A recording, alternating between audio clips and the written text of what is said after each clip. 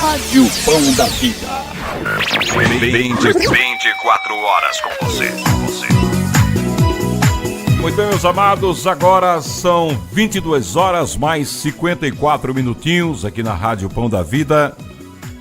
Vamos começar o nosso estudo sobre a Páscoa e sobre as mentiras de Satanás. Ele é o mentiroso, ele é o pai da mentira, né? E você precisa entender que o inimigo veio para matar, roubar e destruir, como está no Evangelho de João, no capítulo 10, versículo 10. Mas logo em seguida, Jesus fala dizendo, mas eu vim para que tenham vida e tenham vida em abundância. Se o inimigo veio para matar, roubar e destruir, Jesus Cristo veio para que você tenha vida e vida em abundância. E isso é confirmado na palavra de Deus quando diz que o Filho de Deus se manifestou para destruir as obras do diabo. Oh, glória a Deus. Amados, eu queria que você começasse com a sua Bíblia aí no primeiro livro da Bíblia. Abra no livro de Gênesis. Vamos fazer um estudo assim bem tranquilo. Bem tranquilo, nós temos tempo. Nós estamos aqui para aprendermos a palavra de Deus. Eu quero que vocês aprendam. Quem já sabe vai reforçar o que sabe. E quem não sabe vai aprender a palavra de Deus, que é lindo, maravilhoso. E a palavra diz que a gente sofre e perece por não conhecer a palavra de Deus e o poder de Deus. Livro de Gênesis, o primeiro livro da Bíblia, no capítulo 2, nós vamos ler 3 versículos. Abra aí sua Bíblia. É o primeiro livro. O início de tudo, o livro da criação. Gênesis capítulo 2, versículo 1 diz assim, olha. Assim, os céus e a terra e todo o seu exército foram acabados. Quer dizer, Deus concluiu. E havendo Deus acabado no dia 7º, a sua obra que tinha feito, descansou no 7º dia de toda a sua obra que tinha feito. Versículo 3. E abençoou Deus o 7º dia. Atenção para essa parte. E abençoou Deus o 7º dia. Deus fez o quê? Ele abençoou o 7º dia. É o que está escrito aqui. E abençoou Deus o 7º dia e o santificou, porque nele descansou de toda a sua obra que Deus criara e fizera. Isso aqui é uma das primeiras mentiras de Satanás, é quando ele coloca na cabeça das pessoas que o número 7 é o número da mentira. É muito comum você estar escutando alguém contar uma história e quando essa pessoa menciona, porque durante 7 dias, ou ele disse isso 7 vezes, ou aconteceu isso 7 vezes, você diz, eita, 7 é número de mentiroso. Porque o inimigo quer dizer que Deus é mentiroso. Que Deus não criou essas coisas porque no 7º dia Deus descansou, deleitou-se, sentiu prazer na sua criação. E o inimigo quer que isso que foi belo, belíssimo, 7º, é um número da perfeição de Deus. É o número da satisfação de Deus, da alegria de Deus, quando ele parou de trabalhar e foi contemplar tudo que ele havia feito. Os céus, a terra, tudo, inclusive o homem, que foi a 6ª criação de Deus. Por isso que 6 é o número de homem. É verdade? As mentiras de Satanás são as seguintes. Por exemplo, na época da Páscoa, surgiu um coelhinho. 325 anos depois da morte do Senhor Jesus Cristo, a Igreja Católica institui um coelho. Isso mesmo, foi a Igreja Católica que instituiu o coelho, porque o coelho era fértil, produzia 120 crias por ano. Queria falar de fertilidade, desviar completamente a Páscoa, quando na verdade o símbolo da Páscoa é o Cordeiro. E quem é o Cordeiro de Deus que tira o pecado do mundo? É o Senhor Jesus Cristo. Então, o coelho entrou para atrapalhar a história. Ei, pastor, eu posso comprar um ovo de Páscoa para meu filho? Não tem problema nenhum. Não tem problema nenhum você comprar. É chocolate normal. Agora você tem que explicar para seu filho que esse coelho, ele não vale nada. Que ele não põe ovo de Páscoa, coisa nenhuma, pois as suas crias nem ovo nascem. Você tem que explicar que o coelho é um engano do inimigo querendo desviar o principal, que é o Cordeiro de Deus. Porque a Páscoa, ela tem um símbolo especial do sacrifício do Senhor Jesus Cristo para nos livrar do pecado e da morte. O sangue expiador de Jesus é que nos salvou do pecado e da morte. Quer ver outra mentira grande de Satanás? o Natal. Botaram um velhinho, barbudo, barba branca, um golfezinho na cabeça, um saco nas costas, e as crianças passam a adorar esse velhinho porque ele traz presente. É uma grande mentira que ele nem existe nem traz presente. Mas como Satanás é o pai da mentira, ele instituiu no Natal esse velhinho, quando na verdade o Natal é para a gente ter a alegria e a satisfação de comemorar a chegada do menino Jesus, o presente de Deus. Qual o presente é maior, amados, do que o presente que Deus nos deu, que é o seu Filho? Um filho se nos deu, uma criança nos nasceu para se sacrificar por nós, um ser santo maravilhoso, para derramar seu sangue santo para nos purificar de todo pecado. Mas botaram o velhinho lá para atrapalhar. E outra coisa, Jesus não nasceu no mês de dezembro, isso é uma mentira. Quando Jesus nasceu, a palavra de Deus diz que os pastores estavam no campo pastoreando. Havia ovelhas se alimentando naquela noite. Por que se alimentavam de noite? Porque era muito quente aquela época. Era quente.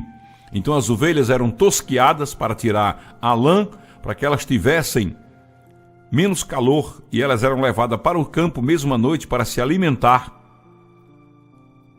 para que, reforçadas pelo alimento, nascessem mais rápido as suas lãs, para enfrentar o frio que vinha a partir do mês de setembro. E outubro em diante, naquela região, nesse mês de dezembro, nevava até hoje, cai neve, é congelado, é um frio abaixo de zero. Como é que essas ovelhas estão no campo comendo grama congelada, enfrentando frio? Claro que não. Era uma época entre abril. Alguns estudiosos dizem que era entre abril e o final de maio. Outros dizem que Jesus nasceu entre abril, final de abril, até o mês de agosto. Porque Deus não quis que o homem soubesse o dia real que Jesus nasceu. Pastor, mas por que Deus não quis? Porque tem coisas na palavra que a palavra de Deus diz que não é para o homem saber. Você quer ver? Abra aí sua Bíblia, em Deuteronômio. Abra. Vamos estudar a palavra de Deus. Abra sua Bíblia em Deuteronômio, capítulo... Deuteronômio é o 6º livro da Bíblia, viu? É o 6º livro, ele fica entre Números e Josué. Vem Gênesis, Êxodo, Levítico, Números, aí Deuteronômio. Deuteronômio, abra aí, capítulo 29. Para você ver o que é que Deus diz. Capítulo 29, versículo 29. Para você ver como eles não sabem o dia que Jesus nasceu, nem vão saber nunca. Só vamos saber quando a gente chegar na glória. Lá na glória a gente vai saber de tudo, todos os segredos da vida de Jesus Cristo. Deuteronômio 29, 29. Olha o que está escrito aí. As coisas encobertas são para o Senhor, nosso Deus. Porém, as reveladas são para nós e para os nossos filhos, para sempre, para cumprirmos todas as palavras desta lei. Então tem coisas que Deus não vai deixar o homem saber, a não ser depois que ele for salvo, porque são coisas muito particulares de Deus, que quem não está em santidade, quem não está salvo, glorificado, não pode saber ainda. Por isso que Paulo diz no capítulo 12 de 2 Coríntios, ele diz, eu fui arrebatado ao terceiro céu, não sei se em corpo, não sei se em espírito. Ele não diz nem eu, ele diz, eu conheço um homem. Você vê o mistério, hein? Conheço um homem que foi levado ao terceiro céu, não sei se em espírito, não sei se em corpo, mas ele disse, eu chegando lá, e esse homem chegando lá ouviu palavras inefáveis que não compete ao homem nem sequer dizer. Paulo estava dizendo, eu ouvi coisas tão lindas no céu, coisas tão maravilhosas que não compete ao homem nem sequer falar. Tá vendo? Agora vamos para o estudo da Páscoa direto. Então, a mentira é que Jesus não nasceu em dezembro, Papai Noel não existe, Papai Noel não foi um papa chamado Nicolau, Papai Noel é uma invenção satânica para desviar a atenção da glória de Deus. Se você abrir sua Bíblia aí, você pode abrir aí, abra aí agora, vamos só ver aqui. 2 Coríntios.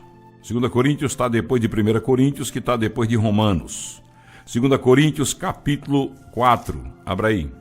Versículo 4. O que é que diz? Nos quais o Deus deste século... Quem é o Deus desse século? Satanás.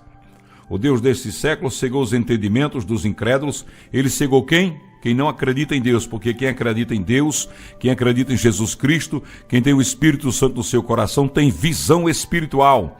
Então está dizendo, os quais o Deus deste século cegou o entendimento dos incrédulos, para que não lhes resplandeça a luz do Evangelho da glória de Jesus Cristo, que é a imagem de Deus. Você viu que coisa linda? O inimigo está cegando a visão para que você não veja em Jesus a glória de Deus, para que você não veja em Jesus a possibilidade de se encontrar com Deus, de estar diante de Deus. É isso que está dizendo aqui, em 2 Coríntios capítulo 4, versículo 4, nos quais o Deus deste século cegou os entendimentos dos incrédulos. Ele só cega o entendimento daquele que não tem intimidade com Deus, para que não lhe resplandeça. Resplandecer é o quê? A luz. A luz é o quê? A luz é a iluminação que lhe tira das trevas. Das trevas de quê? Do pecado, do engano, da mentira, do engodo de Satanás. Então, para que não lhes resplandeça a luz de quê? Da palavra de Deus. Por quê? Porque o poder está na palavra. Para que não lhes resplandeça a luz do Evangelho da glória de Cristo, que é a imagem de Deus. Oh, glória a Deus. A palavra de Deus é muito verdadeira, amados. Muito verdadeira. Continue com sua Bíblia. Nós vamos ler agora Êxodo, o segundo livro da Bíblia. Êxodo, capítulo 12, versículos de 1 a 14. Abra aí sua Bíblia. É o segundo livro da Bíblia, viu? Êxodo 14, Êxodo 12, vamos ler do 1 a 14. Deixa eu ver aqui. Estou com a minha Bíblia na mão aqui. Já encontrei aqui o capítulo. Vou ler do versículo 1 ao 14.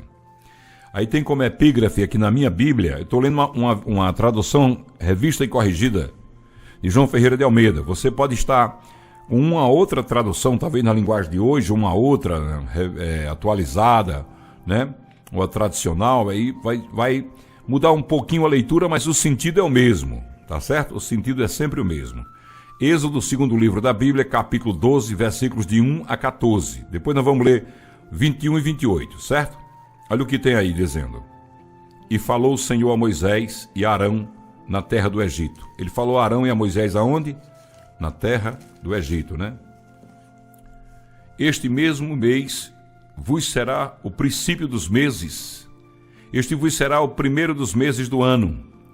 Falai a toda a congregação de Israel, dizendo, aos 10 deste mês, tome cada um para si um cordeiro, segundo as casas dos pais, um cordeiro para cada casa. Mas se a família for pequena para um cordeiro, então tome um só com seu vizinho, perto de sua casa, conforme o número das almas, conforme o número das vidas que aí estão. Conforme o comer de cada um, fareis a conta para o cordeiro. O cordeiro ou cabrito será sem mácula, um macho de 1 ano, o qual tomareis das ovelhas ou das cabras. E guardareis até o 14º dia. Presta atenção nisso. 14º dia. Depois eu vou explicar por que isso. O cordeiro foi mandado ser o quê? Guardado. 14 dias. Viu? Presta atenção. Guardado até o 14º dia deste mês. E todo o ajuntamento da congregação de Israel a sacrificará à tarde. E tomarão do sangue e poluão em ambas as ombreiras e na verga da porta, nas casas em que o comerem. E naquela noite comerão a carne assada no fogo com pães asmos. Está vendo os pães, né? Com ervas amargosas a comerão. Não comereis dele nada cru, nem cozido em água, senão assado ao fogo. A cabeça com os pés e com a fressura, e nada dele deixareis até pela manhã. Mas o que dele ficar até pela manhã, queimareis no fogo. Assim, pois, o comereis, os vossos lombos cingidos, os vossos sapatos nos pés, e o vosso cajado na mão, e o comereis apressadamente. Esta é a Páscoa do Senhor. E eu passarei pela terra do Egito esta noite, e ferirei todo o primogênito na terra do Egito, desde os homens até os animais, e sobre todos os deuses do Egito farei juízo. Eu sou o Senhor. E aquele sangue vos será por sinal nas casas em que estiverdes. Vendo eu o sangue, passarei por cima de vós, e não haverá entre vós praga de morte, de mortandade, quando eu ferir a terra do Egito. E este dia vos será por memória. Deus está dizendo para lembrança. E vão celebrar pela festa ao Senhor. Nas vossas gerações o celebrarei por estatuto perpétuo, eterno. Então você celebrar a ceia com a sua família está certo. Versículos 21 e 21 a 28. Vai lá para o 21. Chamou, pois, Moisés a todos os anciãos de Israel e disse-lhes: Escolhei, tomai, vós, cordeiros para vossas famílias e sacrificai a Páscoa. Então tomai um molho de esopo, que era uma planta que tinha lá, que eles faziam tipo aquelas brochas de pintar a casa. O esopo era muito usado para lavar, por isso que Davi disse: lavai-me com esopo. Era muito usado para lavar as pessoas, como também para pintar a casa, fazer alguma coisa. O esopo ele fazia uma vassoura para varrer, tinha muitas utilidades o esopo, né? E molhe-o no sangue que estiver na bacia e lançai na verga da porta, e em ambas as ombreiras o sangue que estiver na bacia. Porém, nenhum de vós saia da porta da sua casa até amanhã. Vou ler agora o versículo 23, viu? Porque o Senhor passará para ferir aos egípcios, porém, quando viu o sangue na verga da porta, em ambas as ombreiras, o Senhor passará aquela porta e não deixará ao destruidor entrar em vossas casas para vos ferir. Portanto, guardai isto por estatuto para vós e para vossos filhos para sempre. E acontecerá que quando entrardes na terra que o Senhor vos dará, como tem dito, guardareis este culto. Guardareis o culto. Tem igreja aí que diz que Páscoa não precisa celebrar, tá vendo? A palavra está dizendo que é perpétuo. E acontecerá que quando vossos filhos vos disserem que culto é este o vosso, então direis: este é o sacrifício da Páscoa ao Senhor, que passou a casa dos filhos de Israel no Egito, quando feriu aos egípcios e livrou as nossas casas. Então o povo inclinou-se e adorou. Versículo 28. E foram os filhos de Israel e fizeram isso como o Senhor ordenara a Moisés e a Arão. Assim fizeram. Por que Deus mandou sacrificar o cordeiro e pegar o sangue dele, pintar os umbrais das portas? Naquele momento, aquele cordeiro simbolizava Jesus Cristo, o Cordeiro de Deus que tira o pecado do mundo. Quando eles pintaram os portais de suas casas com o sangue do cordeiro, e Deus enviou o anjo da morte matou todos no Egito, todos os primogênitos de homens e animais. Inclusive o primeiro filho do faraó morreu. Nem ele Deus poupou. Matou todos os primogênitos, os primeiros filhos. Mas quando o anjo da morte ia entrar na casa dos israelitas, do povo escolhido de Deus, ele via nos umbrais da porta o sangue do cordeiro, simbolizando o sangue de Jesus, e ele passava direto, não entrava na casa. Amados e queridos irmãos, hoje não é diferente. Quando o anjo da morte vem para a sua casa, se tem um servo de Deus que serve a Deus na sua casa, o anjo da morte não entra. O devorador é contido. Se tem alguém compromissado com Deus, se tem alguém que verdadeiramente vive para Deus e faz a sua vontade, o anjo da morte é contido, não entra na sua casa. E você pode dizer: espere, meu esposo não é crente, meus filhos não são crentes, não tem problema, você é. Atos dos Apóstolos, capítulo 16, versículo 31, está escrito: aceita o Senhor Jesus como teu Salvador, salva a ti e a tua casa, por amor a você que ama a Deus, os seus serão poupados. Ali em Israel, naquela época, lá no Egito, muitos estavam dentro daquelas casas que até cultuavam deuses egípcios. Tinham nascido naquela cultura. Nem todos confessavam o nome de Deus e oravam a Javé. Nem todos, meus amados.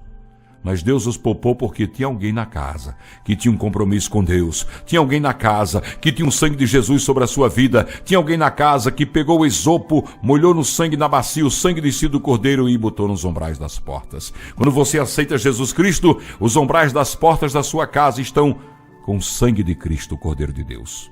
Você não vê com seus olhos carnais, mas estão lá. Se você olhar com seus olhos espirituais, você verá a proteção de Deus sobre a sua família. Amados, a palavra Páscoa vem do hebraico passar, que quer dizer passagem. Significa que o anjo da morte, que viria fazer justiça, matando os primogênitos do Egito, passaria por cima da casa dos israelitas e o mal não lhes atingiria. Assim, a celebração da Páscoa tornou-se uma recordação anual de como Deus libertou o seu povo da escravidão do Egito.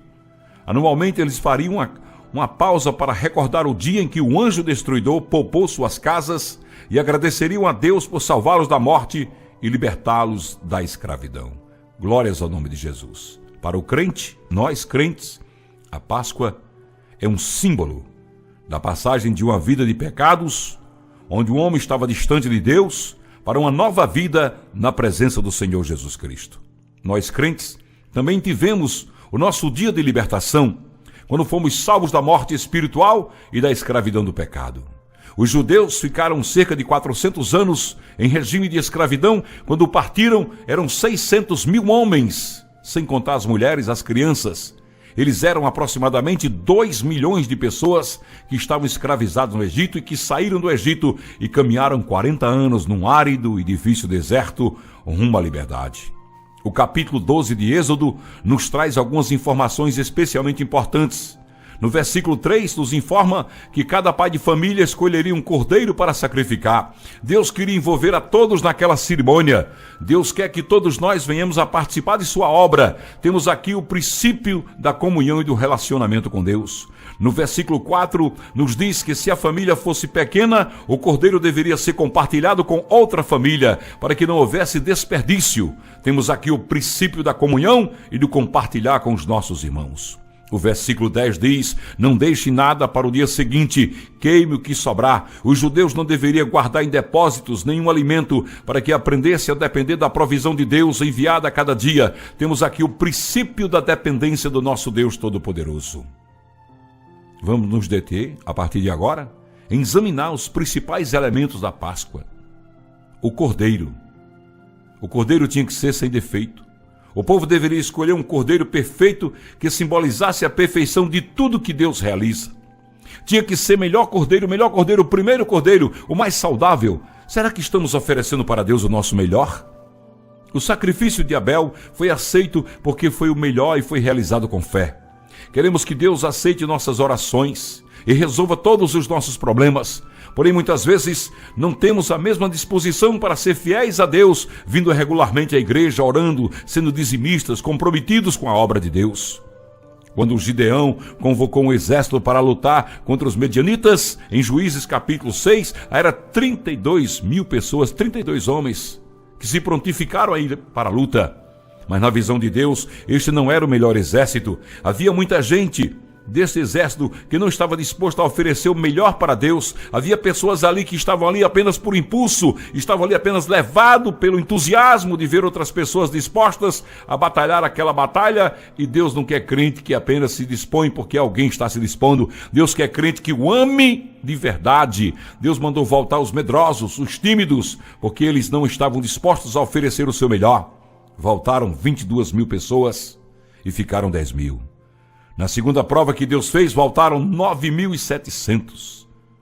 Homens de guerra, ficaram apenas 300. Em meio a 32 mil pessoas, Deus só pode contar com 300 que estavam dispostos a oferecer o seu melhor, até a sua própria vida, se necessário fosse. Abel, ele ofereceu o melhor sacrifício e foi aprovado por Deus. Abraão ofereceu o melhor que tinha a Deus, o seu filho Isaque. Deus ofereceu o que tinha de melhor para nós, o seu único filho. Glórias a Deus. Acerca de Jesus Cristo, João exclamou: eis o Cordeiro de Deus que tira todo o pecado do mundo. Está no Evangelho de João, capítulo 1, versículo 29. A Páscoa nos lembra que Deus enviou o seu único filho ao mundo e o entregou por nós, para que morrendo em nosso lugar fôssemos salvos. Se Deus é capaz de fazer o melhor por nós, sejamos capazes de fazer o melhor por ele também. Se cada um usar o melhor de si, mesmo que a sua habilidade, o seu dom, o seu talento pareça insignificante, poderá ser instrumento de bênção para quantos necessitam do Salvador. Moisés, ele tinha apenas um bordão, provavelmente feito de um galho seco de uma árvore qualquer. Mas foi esse cajado que ele, em nome do Senhor, levantou para que o Mar Vermelho se abrisse, e o povo de Deus passou a pé enxuto. Quando o povo sentiu uma incontrolável sede, foi com esse bordão que Moisés feriu a rocha em Refidim, e dela saiu a água mais deliciosa para saciar a sede da população e também de todos os animais. O jovem Davi tinha apenas uma simples funda rudimentar, a tiradeira de pedras.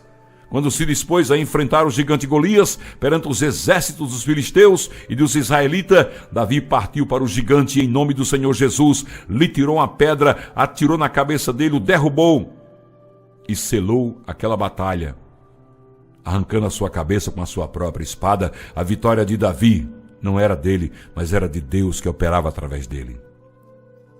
Jesus, ele tinha uma grande multidão diante de si, mas a hora estava adiantada e não havia como alimentar todas as pessoas. Na verdade, havia apenas 2 peixes e 5 pães oferecidos por um garoto. Era o lanche do garoto. Nas mãos daquele jovem, ou nas minhas mãos, 5 pães, 2 peixes e 5 pães não podem produzir nada. Apenas alguns sanduíches, matar a fome talvez de 2 ou 3 pessoas. Mas nas mãos do Senhor Jesus foram poderosamente multiplicados e alimentaram milhares de pessoas. A lição que aprendemos é esta: dê o melhor que você tem para o Senhor, embora pareça insignificante, e Ele usará isto para a sua glória. Não esconda o dom que Deus lhe deu. Não retraia de abençoar as pessoas com o talento que possui. Antes, coloque nas mãos de Deus, faça seu melhor e o Senhor abençoará o seu intento. Foi o que fez Maria de Betânia. Jesus estava na casa de Simão, quando ela trouxe um vaso de alabastro, com preciosíssimo perfume de nardo puro, e quebrando o vaso derramou bálsamo sobre a sua cabeça, sobre a cabeça do Senhor Jesus Cristo. Alguns ficaram indignados, pois acharam que era um desperdício, pois se tratava de um perfume valioso, cujo custo importava em 300 dias de trabalho. Murmuravam: como ela pode fazer isso? Mas Jesus disse: deixai, porque a molestai? Ela praticou boa ação para comigo. E acrescentou: em verdade vos digo, onde for pregado em todo o mundo o evangelho, será também contado o que ela fez para a memória eterna. Está em Marcos 14, de 3 a 9. Maria, ela deu o melhor que tinha para Jesus e ganhou um reconhecimento mundial que dinheiro nenhum poderia comprar. E ainda por cima, com a honra de ter ungido Jesus para a sua morte vicária. Que grande privilégio teve Maria. Jesus ofereceu a Deus aquele momento dela e ela foi abençoada. Jamais ofereça a Deus nada menos que o seu melhor, mesmo que aos olhos humanos possa parecer tão insignificante, pois o valor do que você coloca nas mãos de Deus é decorrente da sua atitude. Uma atitude generosa faz toda a diferença e move a mão de Deus para abençoar muitos. Eu pergunto a você agora, meu amado e querido irmão, que está ouvindo esse estudo: você tem oferecido o melhor para Deus? Medite sobre isso. Vamos falar sobre o sangue. Pegarão um pouco de sangue e passarão nos batentes dos lados de cima das portas, onde os animais vão ser comidos. Onde os cordeiros eram consumidos naquela casa, tinha que colocar nos umbrais o sangue do cordeiro. Deus mandou que o sangue fosse colocado em toda a porta onde houvesse uma família de judeus. A marca do sangue do cordeiro impediria a atuação do mal naquelas casas. E de fato, onde estava a marca do sangue, não houve morte nem destruição. Nós necessitamos da marca do sangue de Jesus Cristo em nossas vidas. 1 João 1,7 diz: o sangue de Jesus Cristo, seu Filho, nos purifica de todo pecado. No sangue de Cristo encontramos o perdão para os nossos pecados. O sangue do Cordeiro é símbolo de uma aliança que Deus estabelece com cada um de nós. Uma aliança que nunca será rompida por parte de Deus. O sangue da nova aliança, como está em Mateus 28, 26, 28. Nenhuma situação da vida poderá quebrar nossa aliança com Deus. Às vezes, somos tentados a achar que nossa aliança com Deus pode ser quebrada. Mas a nossa aliança do sangue de Cristo, ela é inquebrável. Aprenda a pronunciar a frase: o sangue de Jesus Cristo tem poder. Há poder no sangue de Jesus, porque há muito poder nessas palavras. Vamos falar agora sobre os pães asmos. O pão asmo era um pão sem fermento, exclusivo para a semana da Páscoa. Os judeus acreditavam que o fermento era símbolo de contaminação, por isso os pães asmos simbolizavam pureza e nos lembra a santidade e a pureza da igreja do Senhor Jesus Cristo. Em muitas circunstâncias, o diabo fermenta a igreja com divisões, conflitos, falsas doutrinas. ou então fermenta a família com brigas, discórdia, ou até mesmo a nossa vida com desânimo, frieza espiritual, tentando nos tirar da presença de Deus. Lance fora todo o fermento que vem do maligno. A ira, a mágoa, a inveja, a raiva descontrolada, palavras torpes, fofoca, críticas injustas, calúnias, são um fermento maligno que devemos rejeitar em nome de Jesus e pelo poder do sangue do Cordeiro. Quando lançamos fora o fermento velho, que vem do mal, então experimentamos um novo pão. Este pão desceu do céu. Jesus diz: eu sou o pão da vida. Aquele que vem a mim não terá fome. Quem crê em mim jamais terá sede. João 6,35. E mais, se alguém comer deste pão, viverá para sempre. João 6,51. Vamos falar agora, amados, das ervas amargas. As ervas amargas simbolizavam os sofrimentos, as dificuldades do povo no cativeiro. Ao serem usadas, elas lembravam que a vida dos judeus era amarga no Egito. Era uma vida de escravidão. Lembram a vida amarga que tiveram naquele lugar. As ervas amargas nos lembram que a vida do homem sem Deus ela é amarga, cheia de fardos pesados. Lembre-se que uma raiz de amargura tira o sabor do prazer de viver. E assim, aos poucos, o desejo de vencer desaparece, a alegria se transforma em tristeza, as pessoas ficam sem forças para agir. E tem iniciativas, os sonhos são sepultados em cavernas sombrias, o vigor de dias melhores se enfraquece, a esperança é sufocada, o coração é amargurado e sustentado por pensamentos e sensações de derrota. Porém, devemos lembrar que a obra salvadora do Senhor Jesus cura toda amargura, e assim o nosso passado já foi derrotado na cruz. E agora nós vivemos em Cristo e somos mais do que vencedores em Jesus Cristo. Glórias ao nome de Deus. 1 Coríntios, capítulo 5, versículo 7 diz: Cristo, a nossa Páscoa, foi sacrificado por nós. Isso nós temos que agradecer a Deus, por tudo que Jesus tem proporcionado para cada um de nós. Jesus realizou por você e por mim o maior ato de sacrifício que um homem poderia realizar na história. Assim, todo o sacrifício que fizermos por ele ainda é pequeno. Assim dizia, não existe sacrifício grande demais que eu possa fazer por ele. Você pode dizer, não tem sacrifício grande que eu possa fazer por Jesus para recompensá-lo pelo que ele fez por mim.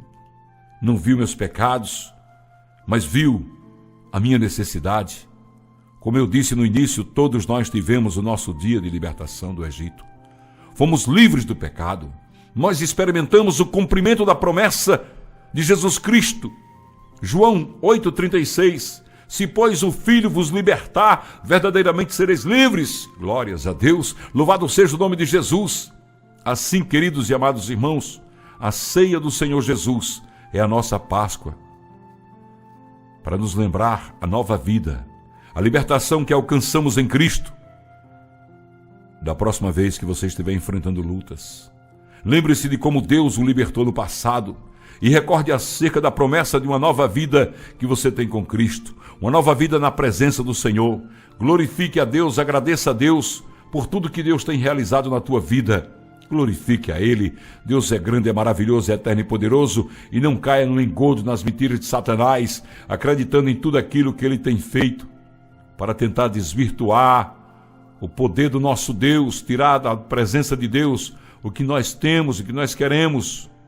Deus quer que você agradeça ao seu filho, porque Deus sabe que você tem, acima de tudo,